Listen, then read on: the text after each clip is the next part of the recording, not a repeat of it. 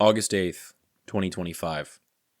Dear Popi, ever since I decided this is what I was going to do for the show, I've been trying to figure out some big, poetic thing to write to you, almost as if it were my single chance to say anything meaningful to you. I realized that I didn't need to do that. I'm hoping that this isn't my last letter to you. If that's the case, then instead, I'm just going to do my best to speak plainly and from the heart. To start, I just want to say, I miss you. I've done a lot since you've been gone. I've graduated high school, college, moved to New York City for a while, got my PhD, married an amazing woman, and I even have a good bit of interest in getting my book published. I'd like to think that you'd have been proud of me. I look back on the photos of me with my family and friends from those major events, and I always notice you're not there. It makes me sad. I used to be angry with you, and I'm sorry for that. As a teen, I told myself you chose smoking over more time with me and everyone else. If that's the case, I forgive you. But knowing what I know now, I don't think it is. No matter if you had quit before I was even born, I think you were just tired. We all know you couldn't sleep much. I think you were tired and just needed rest. I hope you've found peace now. I know now that it's cliche, but at the time of your passing, I had never heard the thing about cardinals being our deceased loved ones checking up on us and watching over us. The morning after you passed, when I woke up on the couch in the den in your old house in McRae, I caught Mema standing at the sink, staring out the window, mesmerized by a cardinal. She later told me she thought it was you. I like to think that she was right. I like to think that you had some fun flying again. Today, when I find myself feeling down, I honestly have this uncanny ability to notice cardinals outside. I like to think that it's you checking in, especially when I need it.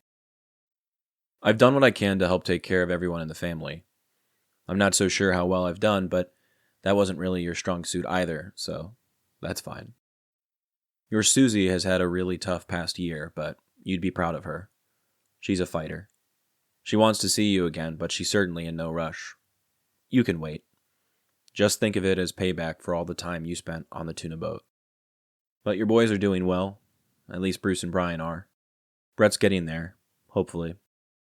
I know it's nothing compared to what you went through, but it's been a long year working on this project. You'd be happy to know I was paid really well to do it. It's been quite the experience, one I'll always cherish. Call it serendipity, call it a higher plan, but it's amazing that on the 60-year anniversary of your letters, we're the same age. Knowing where me and my friends are in life, all I can say is that you and your friends were tough. You went through a lot and paid handsomely for it. You guys never really recovered. But I honestly believe your sacrifices had purpose, and they made the world a better place, even if they made your lives a living hell. I learned a lot from your letters, more from any book or movie I've read or seen about Vietnam. Thank you for writing them and keeping them. Thank you for marrying a hard-headed Hungarian who wouldn't listen to you when you told her to throw them out. You had so much to say about life in Vietnam and the war in general.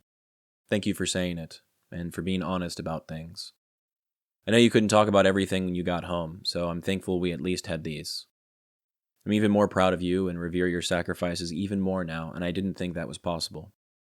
I'm blessed because I had the chance to help your stories live on. I was able to do a dream project the way I wanted to, and I'm proud of it. Similar to putting on a mask, dancing around a campfire, telling stories, and truly embodying the figure you wore on your face, I got to see what it was like to be you, if at least for a few hours a month. It was a once-in-a-lifetime experience. Thank you for that. Well, I'll close for now. I have too much to say, and I'm all out of words. Just know that we all love you. We all miss you. We're all proud of you. We're thankful you're at peace. Like I said earlier in this letter, I don't intend for this to be my last letter. So I'll write again. Yours truly, Alex. P.S. Mema said to give Missy a good belly scratching on her behalf. She knows that poor girl is in good hands. P.P.S. I hope you and Charlie have had a happy reunion. Dear audience, I want to thank you for keeping up with the podcast this past year. Whether you listened to every episode or were only able to catch a few, every second you've spent with this project has been appreciated. As a researcher, anthropologist, student, grandson, whatever you want to call me, projects like this are rare. Everyone wants to pursue their passion, but all too often you get bogged down with conversations of funding, always having to justify why someone would pay you what you're asking to write a book or a podcast series like this. The phrase they use in academia is that you have to be, quote, actively contributing to the production of knowledge, whatever that means. Well, one of my contributions can now be this. Part family history, part memoir, part narcissistic indulgence, part personal history, Dearest Suzie is one of my contributions. There are a few things I hope you've been able to get from this work. First off, I hope you are reminded of how hard war can be, not just for the individual serving, but for their family and friends and their nation back home. It's no small request when you ask someone to grab a rifle, travel across the world, and shoot at someone they don't know. It does things to someone's mind. It changes a nation's very soul. I'm certainly no pacifist or isolationist, but it's always important to consider the consequences of our actions. This project highlights a few of the consequences, whether they be emotional, mental, biological, or historical. They are always there. Secondly, I hope I've inspired you. Not that I've done anything heroic or special. We all know who I think the hero of this story truly is, but I hope you've been inspired to start asking questions to your own family. You can make your own connections. Explain things to yourself with the truth. It isn't hard to record your grandmother and you having a conversation.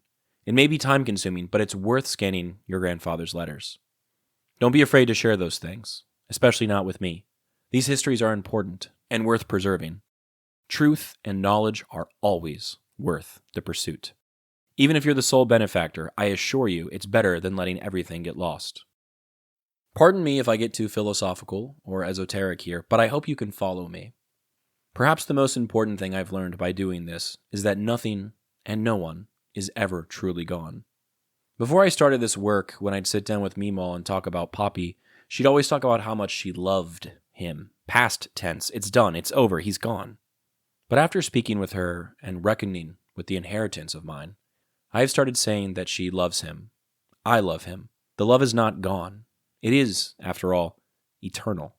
Just because someone is gone does not mean that the love faded away. Love is eternal and true and good. So just because someone isn't here doesn't mean I can't love them. Something like this would not have actually been produced without love. And perhaps we express our love to our family in different ways. Perhaps we're not always speaking the same language with our expressions, but I hope that the people that care about me understand that this is mine. I didn't do this for me. I did it for us. I did it for him. It has been an honor to tell Popi's story. I hope you've enjoyed it. There are a few people I'd like to thank.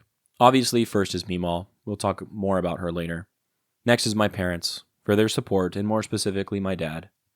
I know it was hard for him at times to talk about his dad, but I hope that these things have helped him understand Popi better, and I appreciate him always telling me stories about Popi. Even if things with his dad weren't always perfect, at least he was proud of what he did. My wife, she's been the best sounding board for ideas. My friends, who have listened to old war stories about a guy they never met, perhaps he helps explain who I am a little better. Finally, I'd like to thank all veterans who are listening for their service. This is a true and sincere thank you. Your sacrifices should be revered. Your troubles should not be ignored. Your accomplishments should not go unnoticed. Thank you all for your service. We would not be the beautiful country that we are if it weren't for you. In the video you just watched, I show my visit to the Florida National Cemetery. The cemetery is located in Bushnell, Florida, about 50 miles north of Tampa. It was established in 1988 on land that had previously been part of the Withlacoochee State Forest, which itself was once a tract used for U.S. military training during World War II. The cemetery spans over 500 acres and is one of the busiest national cemeteries in the country, serving the large veteran population of Florida. The site was chosen both for its proximity to major veteran communities and for its tranquil, forested landscape.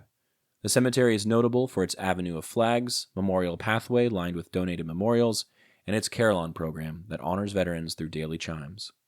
Since its dedication, Florida National Cemetery has become the final resting place for hundreds of thousands of veterans and their family members. We interred Popi's ashes there a few years ago. At the end of the video, I left a penny. Leaving coins on military graves is a way to honor fallen service members and quietly communicate a connection with them. A penny simply means someone visited. A nickel signifies that the visitor trained with the service member at boot camp, while a dime means they served together in some capacity. A quarter carries the most personal weight, showing that the visitor was present when the service member died. The practice became widespread after the Vietnam War, offering a respectful way to pay tribute without intruding on the family.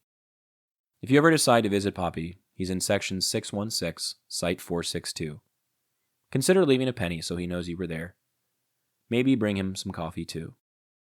The final story I'd like to tell is also very recent. When I cleaned out Mema's trailer with her years ago, I snagged all of Popi's VHS tapes.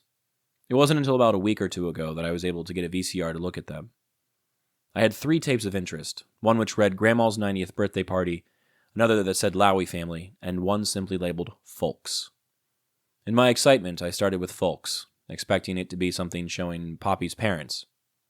Instead, I saw a video of Tom Selleck in New York City and discovered that he made a movie in the 90s with that title. Next, I looked at the Lowy family one, really having no idea what it could be, only to find that it was a muted slideshow of Popi's photos. The exact slideshow that he showed everyone, including me and my cousins in North Carolina when we were kids.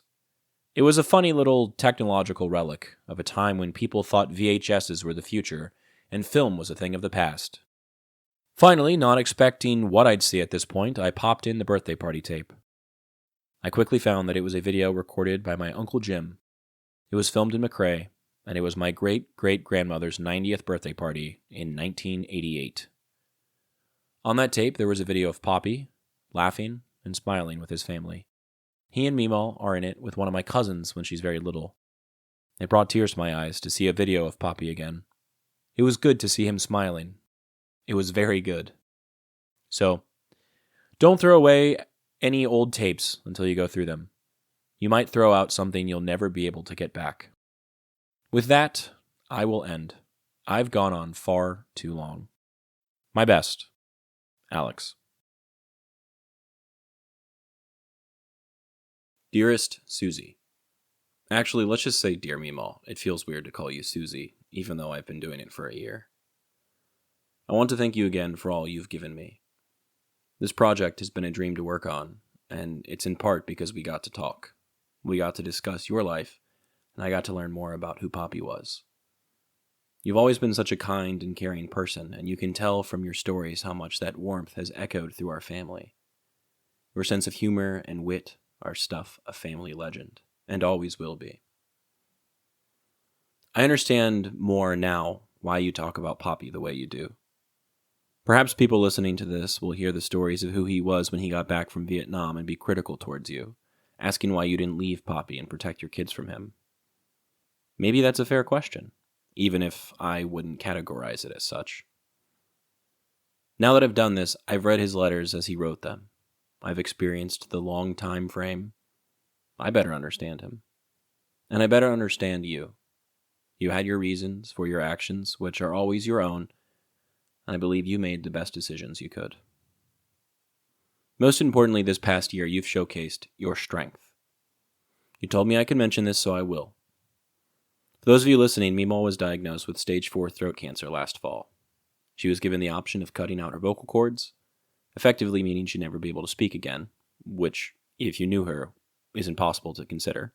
Doing nothing, which gave her a very, very short time frame to live, or undergoing chemo and radiation to fight the cancer.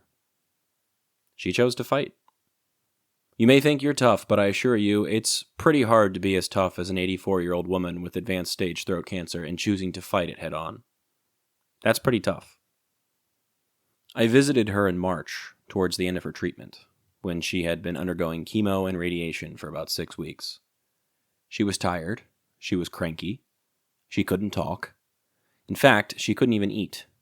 The radiation swelled her throat, and she had to get a feeding tube put in. Sitting at the kitchen table with her in North Carolina, watching as the protein shake worked its way through her feeding tube, I told her I was proud of her for fighting. She didn't say much that weekend, but she took a deep breath, looked me in the eyes, and said, "Life's too good not to fight for it." What a humbling thing for you to say, Mema. What a showcase of strength. I'm very proud of the strength and character you've shown fighting through this in this past year. Most importantly, I'm thankful that you found out 2 months ago that you beat the cancer.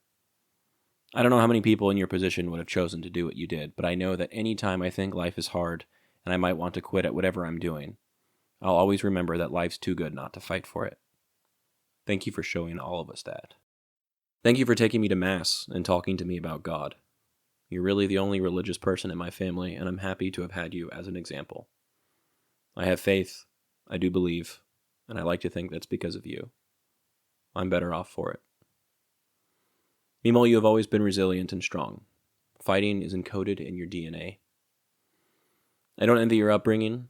I don't envy the fact that you had to raise 3 kids by yourself for a whole year while your husband was getting shot at on the other side of the world. I don't envy everything that happened after that. There's always been bravery in your actions. As your grandson, I'm proud of that. Unfortunately, I don't know how to end my letter to you. As we both know, we can talk for hours without saying anything meaningful, so I will try to end here. I hope you've enjoyed Dearest Suzie, and that reliving these memories hasn't been too tough for you. I hope you see that people are interested in these stories. Popi went through a lot, but it wasn't in vain. People have heard his story. I hope you like the way that I told it. Sincerely, and with love, Alex.